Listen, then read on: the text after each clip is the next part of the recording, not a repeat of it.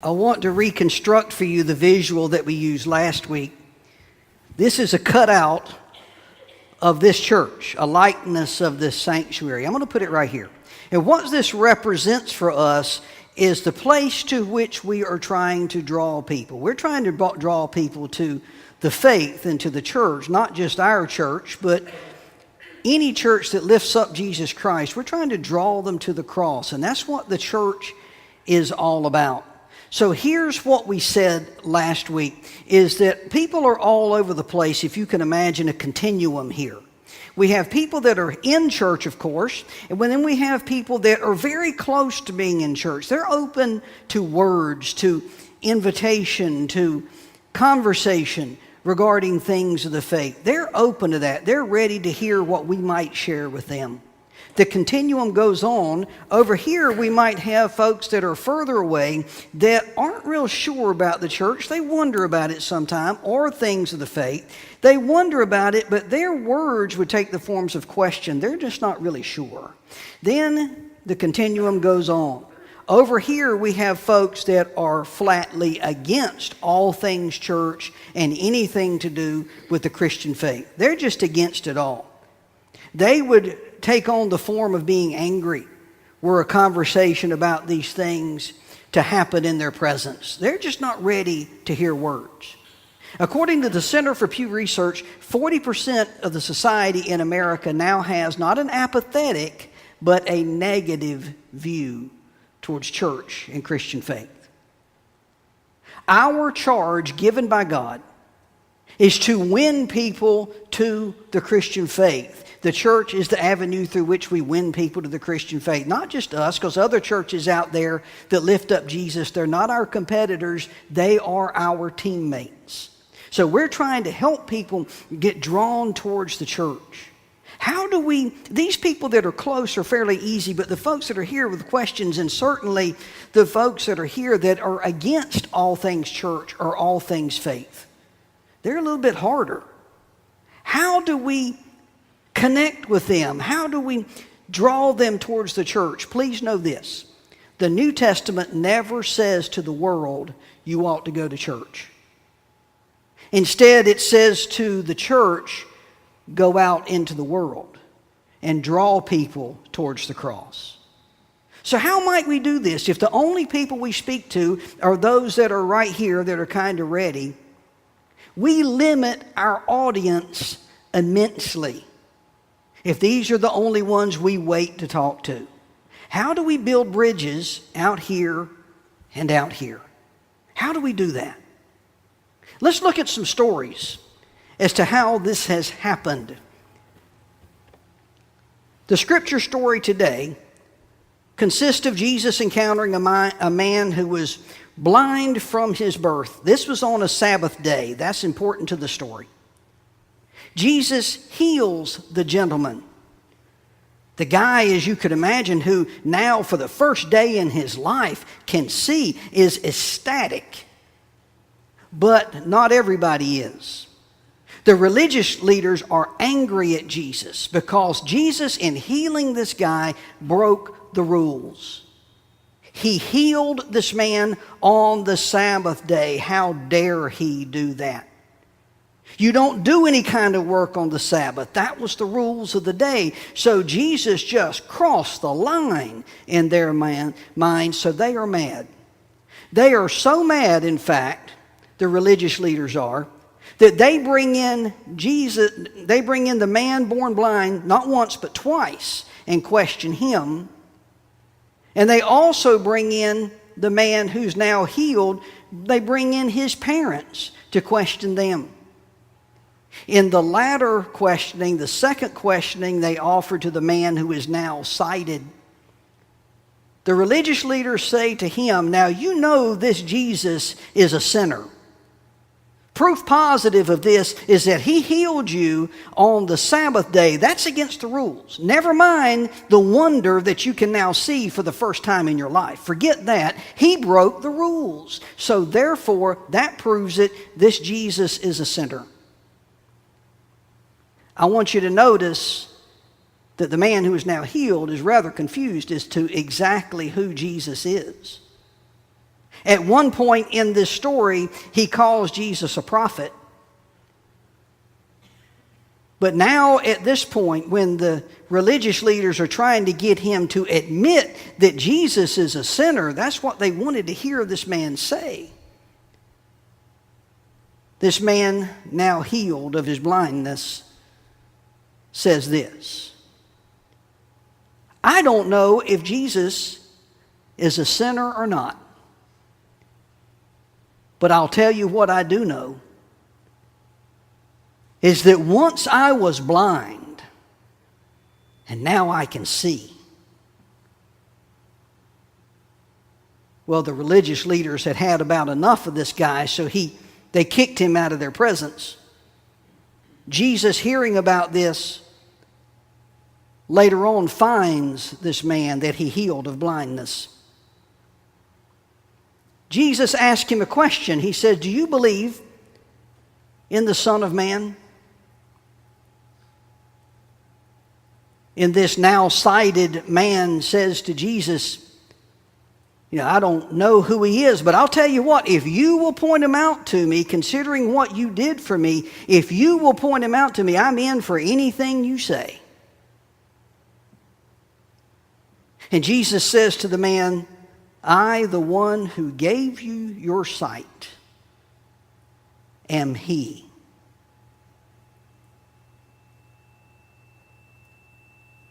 The man responds, Lord, I believe. I believe. He had no idea who Jesus was, even through the point that Jesus healed him, changed his life. Still wasn't real clear who Jesus was. He just knows that, hey, I met this guy, and before that I was blind, and now after knowing him, I can see things. And he wound up believing in Jesus. Notice this about the story. This gentleman was not moved to faith in Jesus by anything Jesus said. He was not moved to faith in Jesus by words. Jesus built a bridge to him by what he did, by making a difference in his life. How is it that we might build bridges to people that are here? Words work for them. Words work less for people that are there. I don't know about faith, and they got questions. Words definitely do not work to impact people towards the cross that are out here. How do we build bridges so that if God calls us to reach the world, and he does, how do we build bridges out here? We will not reach them first with words. The time for words with sharing about our faith will come. But we will not first begin to capture their hearts with words. People will need to experience the gospel through us before they hear the gospel from us. A modern day story as to what this might look like. September 10th of this year, that was a Sunday. On that day, West Robeson United Methodist Church, this near the Lumberton-Maxton area, decided to do something that was pretty amazing. Being a Sunday, they decided on this day to cancel their regular worship service so that they might worship differently. On September 10th, Hurricane Irma, as you remember, was bearing down on Florida and Georgia and South Carolina, full of fury. Millions were evacuating to get out of the path of the storm. The 35 people who make up West Robeson United Methodist Church could feel their pain. It was a year ago that they were in the grip of Hurricane Matthew that brought devastating floods to their area. Most all of the 35 people of West Robinson United Methodist Church were impacted by Hurricane Matthew. Some of them lost everything. They decided we need to do something. We need to make a difference for these people. So on September 10th, they did not have their regular worship service in their building. Instead, they bought all the hot dogs they could afford. And they got all the grills they had to bring, and they took them to the rest stop on the northbound lanes of Interstate 95, not horribly far from their church. They wrote a handmade sign and put it out by Interstate 95 that was flooding with these evacuees getting out of the way of Hurricane Irma. They said, free food for evacuees. Okay, it was hot dogs, but it was food.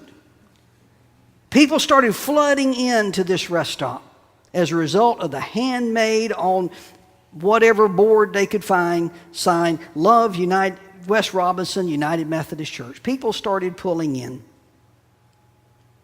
People saw what was happening who didn't need the food and said, you know what, we believe in this. We think this is great. And so they started giving them 5s and 10s and 20s and told them, go buy more hot dogs. Don't stop now. Keep doing what you're doing. Some of the folks even volunteered to help that were just happened to be passing by. 2 news channels picked up on what was happening, and they began to cover this event. The sad part of that is that it was newsworthy. Ought to be a normal thing for the Church of Jesus Christ to impact the world around them. The people that showed up on the news reports were stunned. They said, we had to flee with all we had. We don't know what we're going back to. We didn't know how we were going to eat. We're not sure where we're going to stay. We just had to get out of the path of the storm. And here are these people, often sharing through tears, giving us something to eat. Just like the blind man that Jesus healed, this church, average attendance of 35, created a wow factor just like Jesus did with the blind man that he healed. Look what he did for us. Look what these people are doing for us. Can you believe this?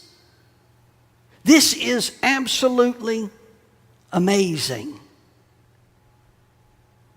I'm convinced that bridges were built that day. At that rest stop, there was somebody that saw what was happening or needed what was happening,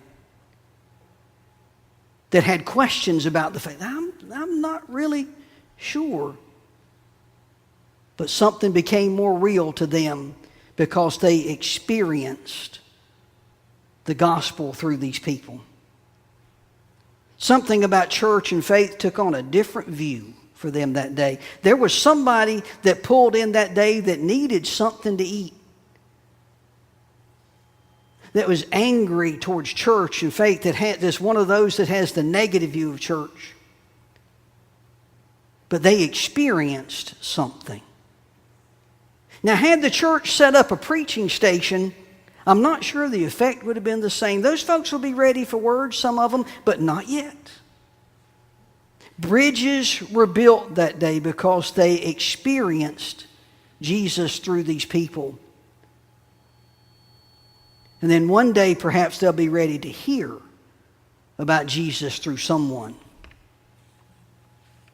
Building bridges means making a difference in somebody's life. Meeting them at the point of their need, just like Jesus did with the man born blind. Just like Wes Robinson did at a rest stop on September 10th.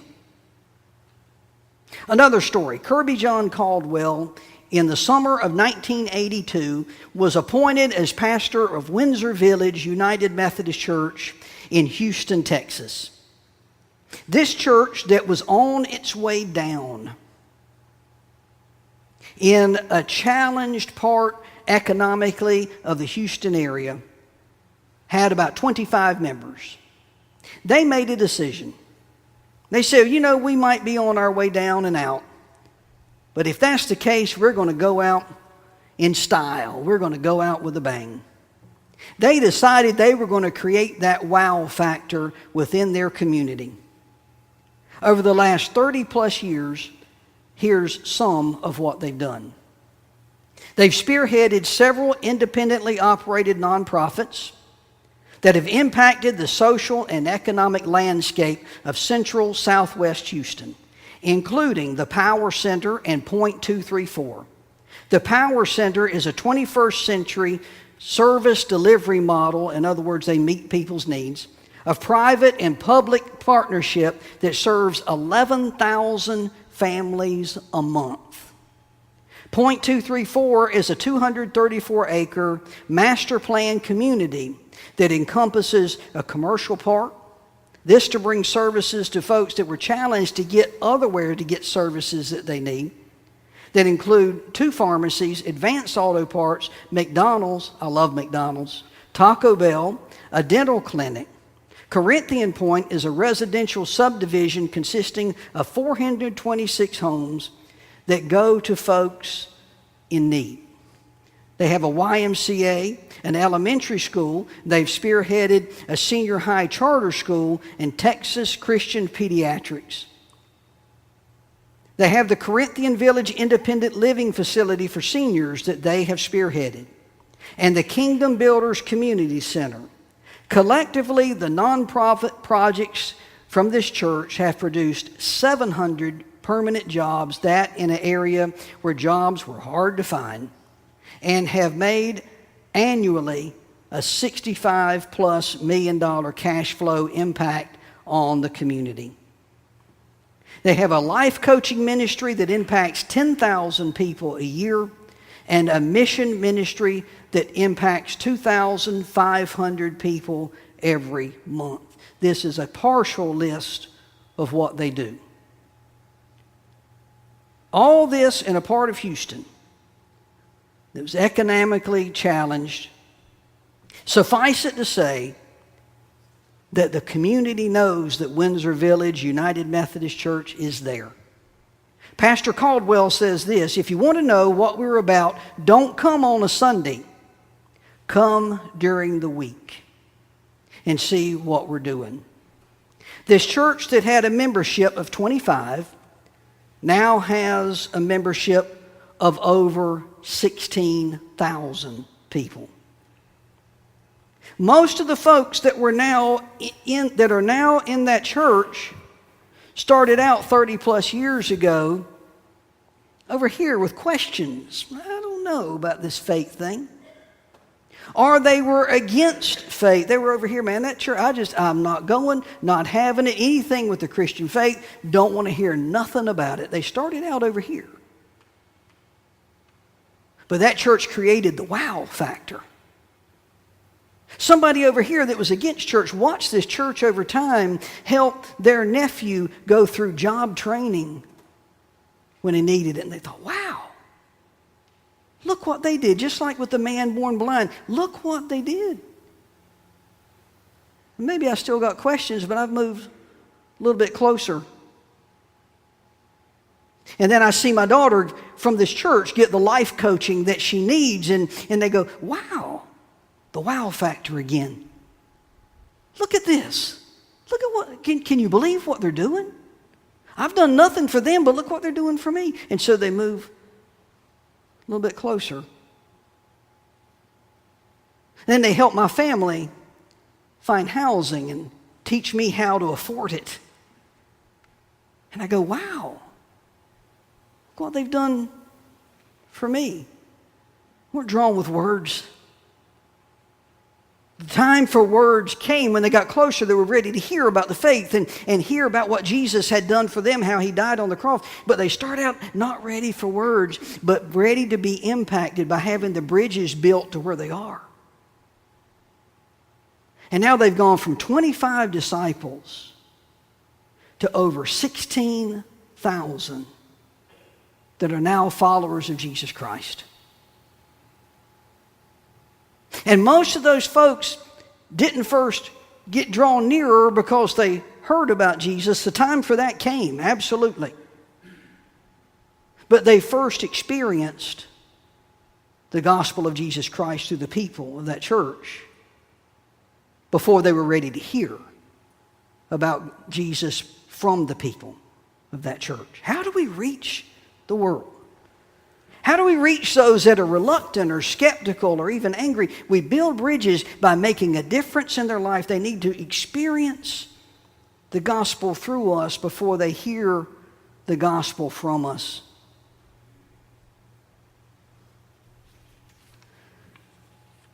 Society is trending away from church. Gone are the days when simply words, invitations will work. Absolutely, there's a time for those. That time comes. But even those that are skeptical or angry can be reached. Not first by words, but by what we do, by creating that wow factor that helps to draw them. Wow, look what those folks did for me, to help draw them closer to the church. It will not be impacted, reached first by what we say, but by what we do. They'll first be impacted and drawn nearer by experiencing Jesus through us. And then they'll be drawn to the point that they'll be ready to hear about Jesus from us.